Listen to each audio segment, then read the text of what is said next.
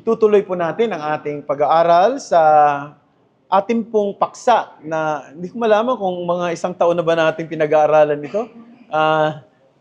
Knowing Christ. The title of this series is from the book of Mark Jones, no? And nasa huling bahagi na po tayo ng pag-aaral natin sa libro ni Mark Jones.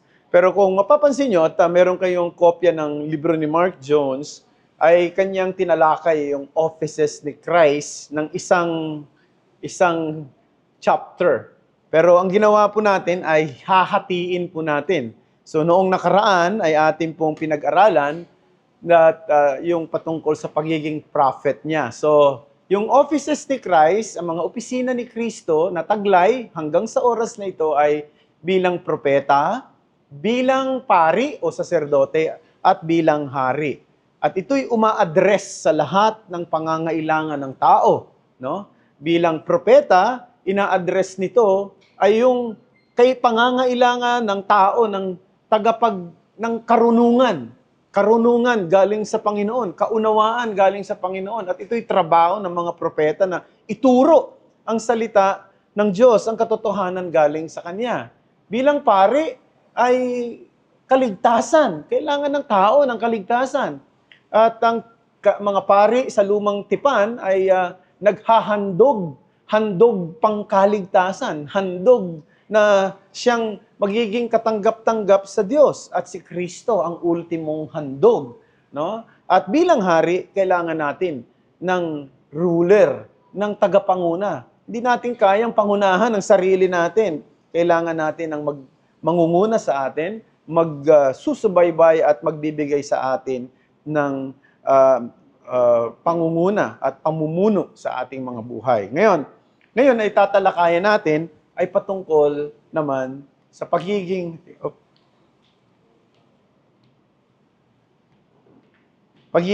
priest ng Panginoong Hesukristo. Kaninang umaga, habang, alam niyo, minsan di ba pag nandun ka sa CR, binubuksan ko yung aking cellphone at nakita ko doon sa feed ko, yung si Steve Harvey. Nakilala niyo naman siguro si Steve Harvey. Sikat na tao yan sa Amerika. In fact, napakahusay, napakagaling na host. Actually, nagsimula yan bilang isang comedian.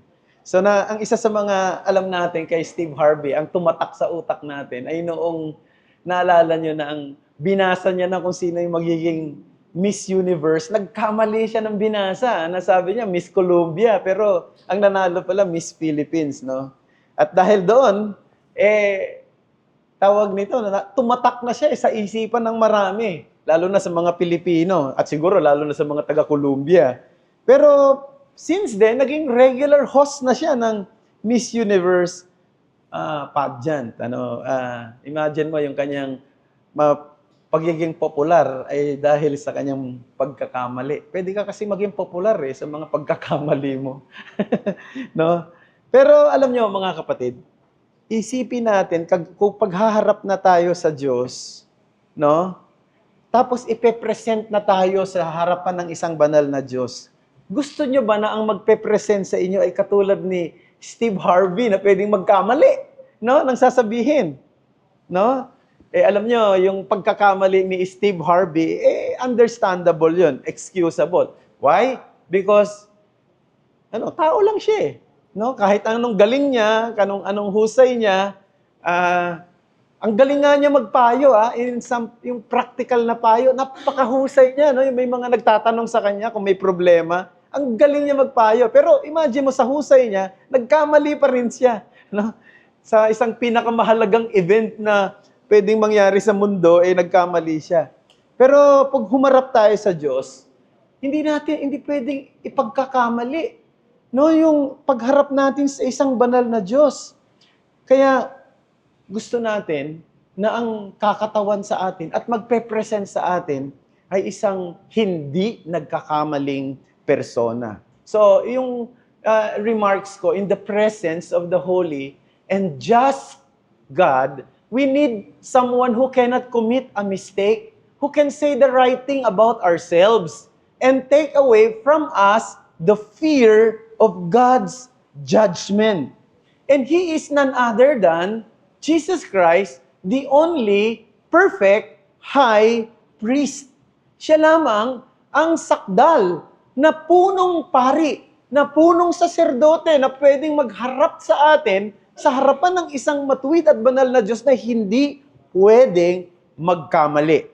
Jude chapter 1 verses 24 to 25 says, "Now to Him who is able to keep you from stumbling and to present you blameless before the presence of His glory with great joy," isipin niyo yung gagawin, ha? He will sabi dito, no? He will He will keep you from stumbling and to present you. So one of the things that Jesus will be doing, He will present us blameless before the presence of His glory with great joy. The only God, our Savior, through Jesus Christ, our Lord, be glory, majesty, dominion, and authority before all time, and now, and forevermore. Amen. So, yan ang ating pag-uusapan ngayon. Jesus Christ as priest. So, meron lang po akong tatlong heading. Una, we'll be looking at the priesthood of Christ prepared, and then the priesthood of Christ prophesied, the priesthood of Christ performed. So tatlo, the priesthood of Christ prepared, prophesied, and performed. Now, in the law of Moses, only God could appoint a priest. Priests were never self-appointed. Hindi pwedeng sabihin ng priest, ako na lang ang pwedeng maging pare.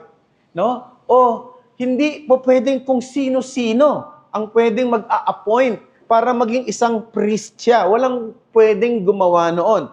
Diyos lang ang siyang pwedeng magtalaga ng isang saserdote o mga saserdote sa bayan ng Israel. No? Kahit na ang mga hari o mga ruler ng bayan, they have no authority to appoint priest.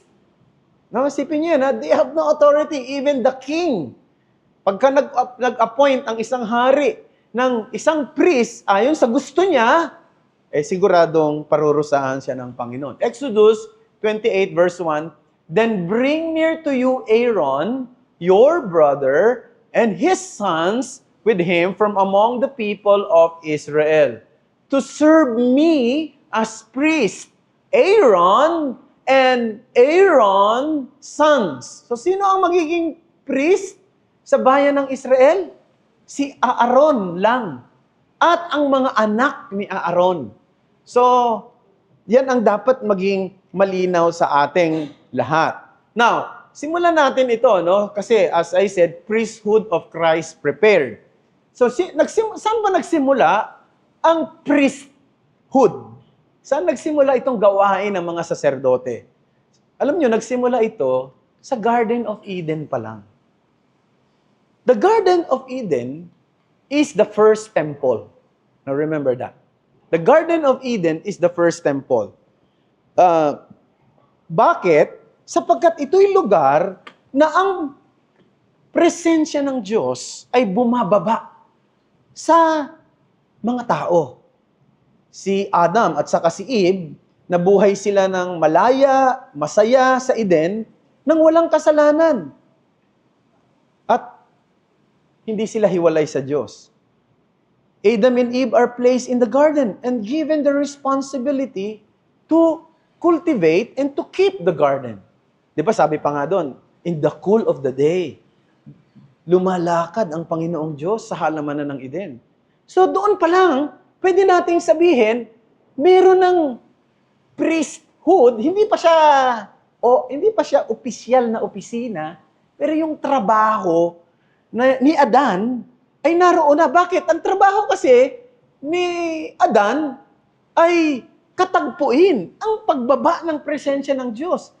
Yan ang trabaho at ingatan yung mismong halamanan ng Eden. Yan ang trabaho. Mamaya papakita ko sa inyo sa mga talata na ang trabaho ng priest ay ingatan yung pinagkatiwala sa kanyang lugar at katagpuin din ang presensya ng Panginoon. So, man is functioning as priest at that time. Genesis 2:15. Now, gustong pansinin natin yung kulay pula na hinighlight ko dyan. The Lord God took the man and put him in the Garden of Eden to work, or in other translation, to guard, and keep it, or serve it. So, dalawang ginagawa, no? To work, or to guard, to keep, or to serve itong lugar na pinaglagyan sa kanya ng Diyos. Ano yon? Garden of Eden. Now, paano natin masasabi na yan talaga ang trabaho ng priest? No? Sapagkat pag pununtahan natin sa Book of Numbers, chapter 3, verses 5 to 8, ito ang sabi, "And the Lord spoke to Moses, saying, Bring the tribe of Levi near and set them before Aaron the priest, that they may minister to him. They shall keep guard over him and over the whole congregation before the tent of meeting as they minister at the tabernacle. They shall guard all the furnishing of the tent of meeting and keep guard over the people of Israel as they minister at the tabernacle." So what is the work of Adam? To guard, to keep the Garden of Eden, to serve the Garden of Eden. No? Ano ang trabaho ng mga Levites na siyang priest din in a way doon sa Israel? To keep guard the whole congregation of Israel, especially the tabernacle. So makikita natin yung consistency ng trabaho mula pa sa simula hanggang sa panahon dito ng bayan ng Israel. So ginamit yung parehong lingwahe to describe the work of humanity in the Garden of Eden and the work of the priest in the tabernacle. Moses indicated that Adam and Eve were the original priests. And that places, like the tabernacle and the temple, were intended to fulfill the same function as the Garden of Eden. Sabi nga ng maraming scholars, yung mga furnishing daw at yung mga decoration doon sa tabernacle at saka sa temple, specifically designed to recall the Garden of Eden. To recall the Garden of Eden. Kaya yung mga design na yun, ano yung nire-recall sa kanila? No? Kasi bakit sobrang, di ba, napaka-specific at napaka-detalye at ang tawag na, meticulous yung mga sinasabing mga design doon sa tabernacle eh. Sapagkat yun ay paraan para i-recall ganito doon sa Garden of Eden. Di ba ang trabaho ni Adam, tulad ng sinabi ko noong nakaraan doon sa ating lecture patungkol sa cultural mandate, ang trabaho ni Adam, palaganapin ang kagandahan ng Eden. No? Sapagkat noong nilikha ng Diyos ang mundo, yung Eden, yun lang talagang sobrang ganda. No? Yun lang ang magandang. Ang trabaho ngayon ni Adan, palaganapin ang kagandahan ng Eden. Yan ang trabaho, yun ang tinatawag natin, cultural mandate, no? Pero siyempre, ano nangyari? Pumasok ang kasalanan doon sa hardin. At imbis na mabantayan ni Adan yon at ni Eve, parang lumalabas. Nagrebelde pa siya doon sa kalooban ng Diyos. At ang kasalanan, ang bumago ng lahat at sila ay tapon palabas ng Eden. Kaya nga, naging malungkot ang takbo ng kasaysayan. Papunta tayo sa pangalawang bahagi. So, saan natin pa makikitang inihahanda na ang pagiging priest ni Jesus. Hindi lamang doon sa Garden of Eden, in the great nation of Israel. So, before the formation of Israel as a nation, priestly function is being performed by few individuals. Halimbawa, si Melchizedek. Di ba? Naalala niyo? Sabi, ano si Melchizedek? King of Salem. So, sabi ng mga theologian, yung salitang Salem, Jerusalem. No? Although hindi pa talaga buo yung pangalan na yon. Kasi bakit bigla na lang lumitaw yung pangalang Salem? At later on, nagkaroon ng Jerusalem. So, siya ay hari. Doon kung saan si Abraham ay nagbigay ng kanyang tithes. No? And then, yung mga heads of the family, nagsiserve sila as priest. Si Noah, si Abraham, si Job. Di ba naalala nyo si Job? Siya yung naghahandog ng mga handog. Hindi lang para sa kanyang sariling kasalanan, kundi para maging sa kasalanan ng kanyang mga anak. Sabi pa nga niya, naghahandog na siya para sa kasalanan ng mga anak niya. Baka may ginagawang kasalanan yung mga anak niya na hindi niya alam eh. So, naghahandog na siya. So, nagsiserve siya as priest. No? Si Jethro. Naalala niyo si Jethro, tinawag siyang priest of God in Midian. So, yung mga yon, they were also functioning as a priest by offering sacrifices to God. But, ito yung dapat nating tandaan, yung formation mismo ng, ano ba? Nalagay ko. So, yung priestly function is being performed by some individual, but God narrowed His priestly call to the nation Israel. And Levites were set aside as special servants. Within the Levites, only Aaron and his descendants were selected to be priests, with one man at a time serving as high priest.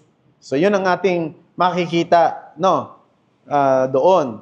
So, most of the tribe served in roles that supported the smaller number of Levites who acted as priests for the nation.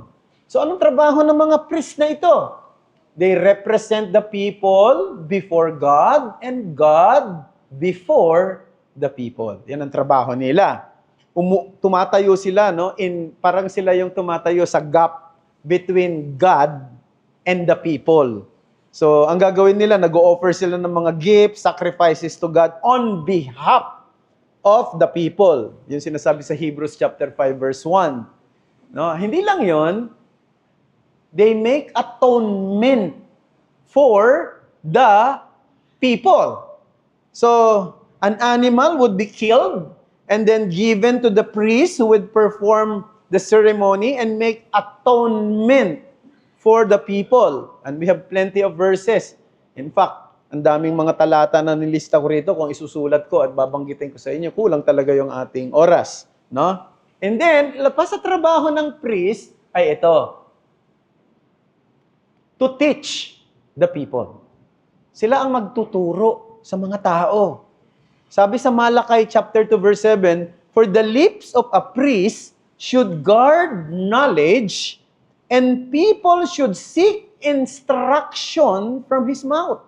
For he is the messenger of the Lord of hosts. So, ang trabaho pala ng priest ay hindi lang basta, di ba, nagre-represent o gumagawa ng mga atonement in behalf of the people, siya rin ay tagapagturo ng salita ng Diyos sa mga tao. It was through the priest that the people would know God and know God's law. And not only that, to bless the people. Yung madalas na ginagamit nating verse o passage sa ating pong benediction, number 6, 22 to 27, di ba? The Lord bless you and keep you. The Lord make His face to shine upon you and give you peace. Alala niyo, yun yung mga ginagawa ng mga priests in the great nation of Israel. So, nakita natin, yung priesthood of Christ is being prepared, saan? Sa Garden of Eden, and then in the great nation of Israel. Pero let me just give a short note. The nation Israel was called the kingdom of priests, Exodus 19:6, in order to bring light and knowledge to other nations. No? Di ba tinawag sila kingdom of priests? Pero bakit? Para magbigay ng liwanag sa mga tao. So, hindi lang basta pinili ng Diyos ang bayan ng Israel dahil gusto lang ito ng Diyos na sila lang ang gusto niyang maging bayan. Hindi yon. Ang punto doon para maging liwanag sila. Magbigay sila ng light sa mundo. Yung sinasabi sa Isaiah, let me see, Isaiah 49:6b, to raise up the tribes of Jacob and to bring back the preserve of Israel, I will make you as light for the nations, that my salvation may reach to the end of the earth. So yun, maliwanag yan. Ano? Pero ano nangyari? Yung mga priests in Israel, tragically, sila mismo yung nagdi-despise ng batas ng Diyos. Sila mismo ang sumisira ng kanilang opisina. Yun ang malaking problema. Kaya sa Hosea chapter 4, verse 6, ito mababasa natin, my people are destroyed for what? Lack of knowledge. Lack of knowledge. Kasi trabaho ng priest to teach the people. Eh, hindi na ginagawa yung trabaho nila. Ang mga tao napapahamak dahil sa kakulangan ng kaalaman. Because you have rejected knowledge. I reject you from being a priest to me. And since you have forgotten the law of your God, I also will forget your children. Now, yung salitang, I reject you from being priest to me. The nation Israel serves as priests, di ba? Kingdom of priests. But because they profaned their office and they rejected God's law, even the whole nation ay nireject na rin ng Panginoon. So, priesthood of Christ prepared. Let's go to the second heading. The priesthood of Christ prophesied. The first thing is this. The coming of the great high priest is being prophesied. In the Old Testament indicated that one day, the priesthood would culminate in a single high priest who would serve forever. So, natatandaan natin, ulitin ko, God had appointed Aaron to be the high priest in the time of Moses, pero sa lumang tipan pa lamang, ay naglulook forward na sila sa isang priesthood. Hindi lang ba sa priest, kundi priesthood na magsusurpass doon sa priesthood na meron sa bayan ng Israel. So yung Aaron's priesthood ay temporary lamang. Maglalas ito until the day kapag dumating na yung great high priest. So magiging trabaho pala ni Aaron, siya yung parang John the Baptist. No? He will make the way, no, for the true and great high priest, the Lord Jesus Christ. So, yan ang dapat nating tandaan, ano? Old Testament anticipated that both offices, priest and king, would be united in the person of the Messiah King. So, perhaps the clearest statement of this idea can be found in Psalms 110 verse 4. The Lord has sworn and will not change His mind. You are a priest forever after the order of Melchizedek. Now, mas malinaw sa atin yung si Melchizedek being di ba, doon kinuha yung order ng pagiging priest ni Jesus kay Melchizedek. Pero sa Psalms 110 pa lang, binabanggit na si Jesus Christ na darating ay manggagaling sa order ni Melchizedek. Now, ito, mahalaga to ha. Mamaya makikita natin, bakit sa order ni Melchizedek at hindi kay Aaron? Naintindihan niyo? Bakit hindi kay Aaron? Sapagkat si Aaron ang great high priest. Bakit hindi manggagaling sa order ni Aaron at dito manggagaling sa ibang order kay Melchizedek? Abangan. Okay? As I said kanina, si Melchizedek what? Ano si Melchizedek? Siya ay priest and ano pa? King of Salem. So as I said, yung Salem, most probably, doon ang galing yung salitang Jerusalem. No? So, mapapansin nyo, bakit kinuha roon? Sapagkat si Melchizedek ay hindi lang priest of Salem, but also king of Salem. Doon mag-uugna yung order ni Jesus. Kung kay Aaron, si Aaron ay isang priest lang. Hindi siya king. So makikita nyo, bakit doon kinuha sa kanya? So, another thing. The creation of God's holy people. In Isaiah chapter 61, before I say that, makikita natin, when the Messiah reigns as king, all God's people will serve as faithful priests. Yan pa rin pinoprophesy pa lang ito. Pag nag-reign na daw yung Messiah bilang hari, lahat daw ng mga mananampalataya nung hari, nung Panginoong Kristo ay magiging priest. No? Magiging priest. Ang ganda, di ba? So, tayong lahat ng mga mananampalataya ni Kristo ay priest. Yan ang dahilan kung bakit wala tayong pari. No, wala na si Father. Di tayo. Di ba? Wala nang priesthood. Kasi, ang prophecy, kapag dumating na si Jesus, lahat ng mananampalataya magiging pare. Ang tawag ng mga theologian diyan ay priesthood of all believers. No? So, tingnan natin muna yung verse, in Isaiah 61:6. But you shall be called the priest of the Lord. They shall speak of you as ministers of our God. So this verse is in the context of the coming of the Messiah, the anointed one who would proclaim the good news. Yan ang context niyan. And when the Messiah reigns, magkakaroon ng unity, a single nation or kingdom of priests. So dati, ang kingdom of priests, Israel. Pero pagdating daw ng Panginoong Kristo, there would be a single nation sa buong mundo na tatawagin din kingdom of priests. Yun na yung sinasabi ko kanina. Priesthood of all believers. Now, paano natin mapapatunayan yan? Pagdating sa New Testament, ito sinabi ni Pedro. No?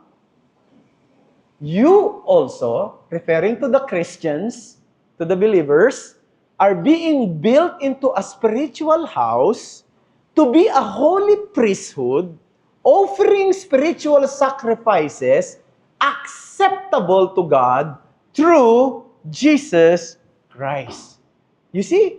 So lahat po tayo ay priest. Now, ito yung isang dahilan kung bakit, di ba, sabi ng iba, bakit ba kayo sa Reform? Wala kayong choir pag Sunday. Naisip niyo ba yun?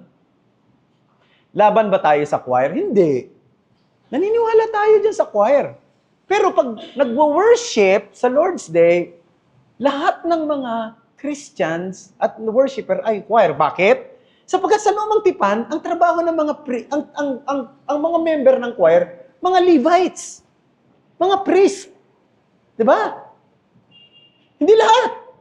Kumakanta sa temple, mga Levites, mga priest. Pagdating sa New Testament, sino na yung mga priest? Mga Levites. Lahat ng Christian. So lahat choir. Tama? Kaya lahat kakanta. Hindi yung mga magagaling lang ang boses.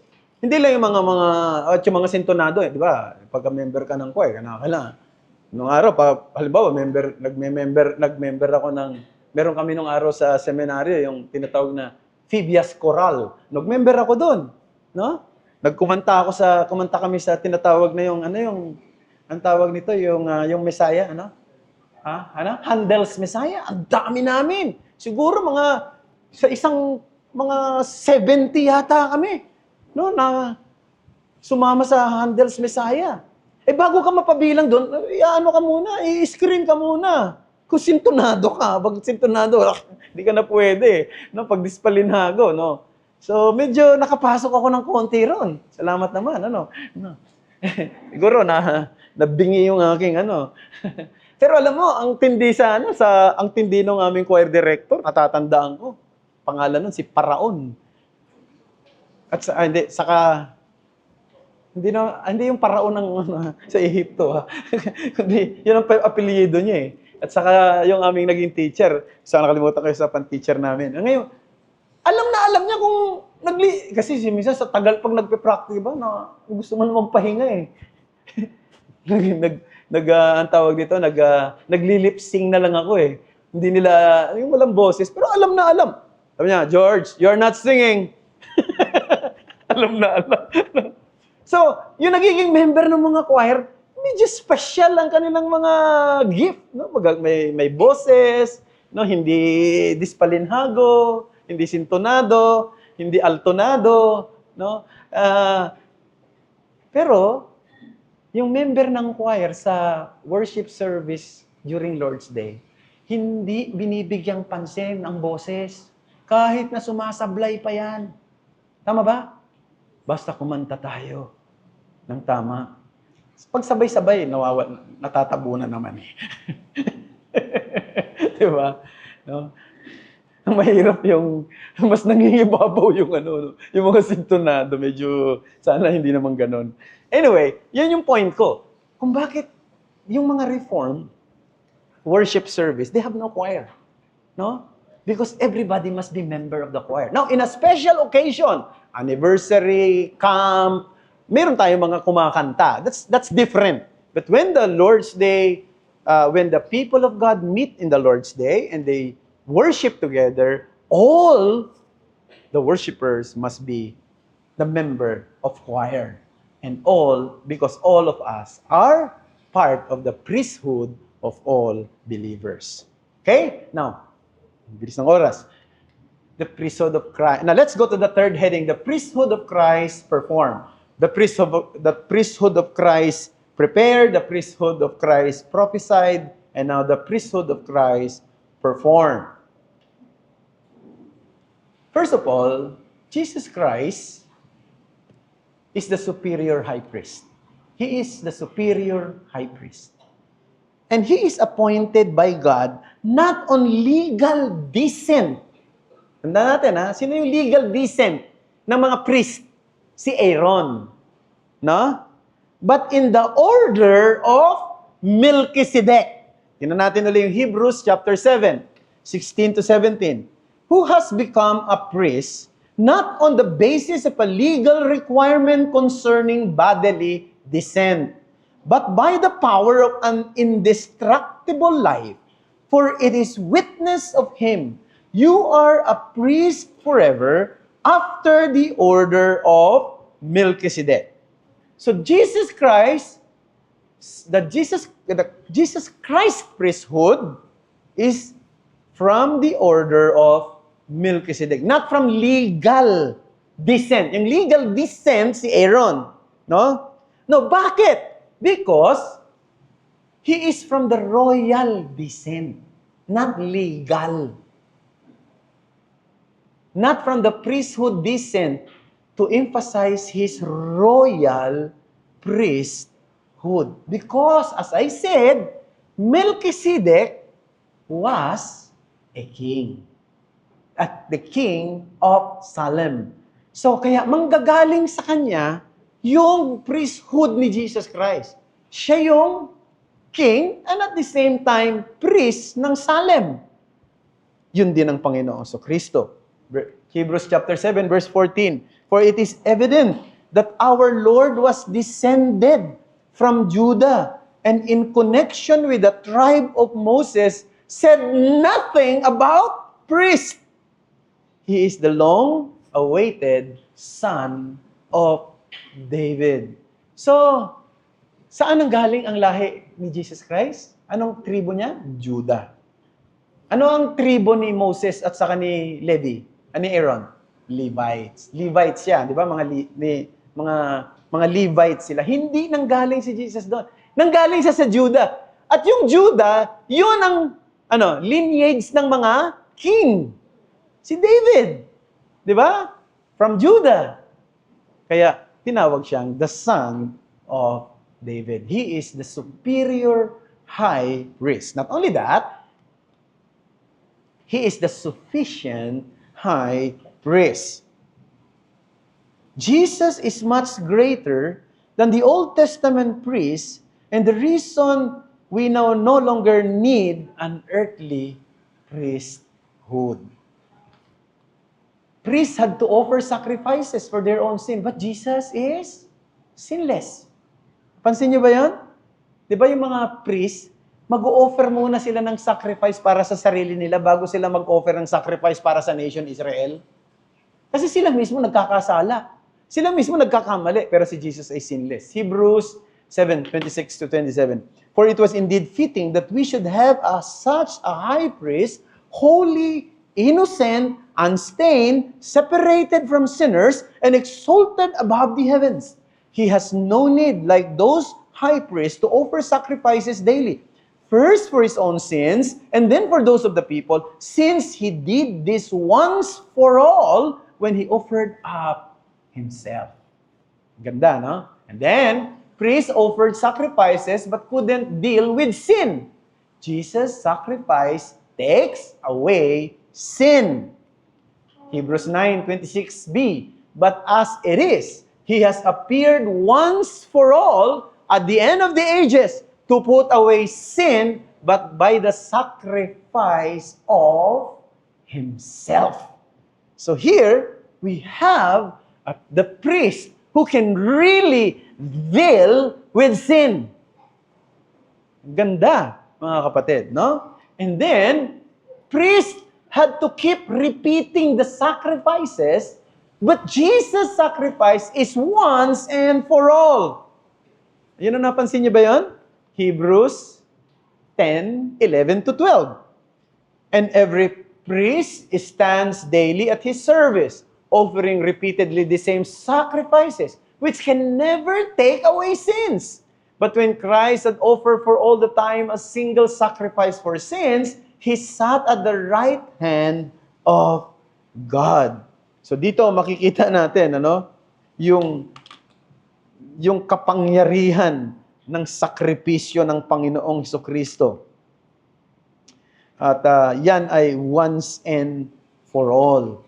Kaya yung paulit-ulit na pagsasakripisyo, yan ay hindi tama. Di ba yan ang nakagista natin sa relihiyon natin? Yung mass. Hindi alam ito ng maraming umaattend sa church ng Catholic, na yung mass ay it is a repeated sacrifice of Christ sa concept nila. In fact, nandyan yan mismo sa theology nila. Nandyan yan mismo sa catechism nila. Yung Mass is a repeated sacrifice of Christ. Kaya nga, di ba, laging mayroong Eucharist every time na mayroong tawag nito, pagtitipon sila. So, yung pagbabago ng bread at wine into the body and blood of Christ is the holy sacrifice of the Mass. Same sacrifice offered repeatedly. Yun ang ginagawa sa Old Testament. Sabi, hindi na nga eh. Sapagkat si Jesus, once and for all, at pagkatapos siyang isacrifice yung kanyang sarili, umupo na siya doon sa kanang luklukan ng Diyos Ama. And then, priest died and had to be replaced. Well, Jesus is the priest forever. Sorry, tama ba yung verse ko? Hebrews 7:23 to 21. Hindi ko nababasahin, para for the sake of time. And then, priests couldn't make it possible for people to enter into the presence of God. But Jesus opens the way for us to have access to God. Hebrews 10:19 to 22. Therefore, brothers, since we have confidence to enter the holy places by the blood of Jesus, by the new and living way that He opened for us through the curtain, that is, through His flesh, and since we have a great high priest over the house of God, let us draw near with a true heart in full assurance of faith, with our hearts sprinkled clean from an evil conscience and our bodies washed with pure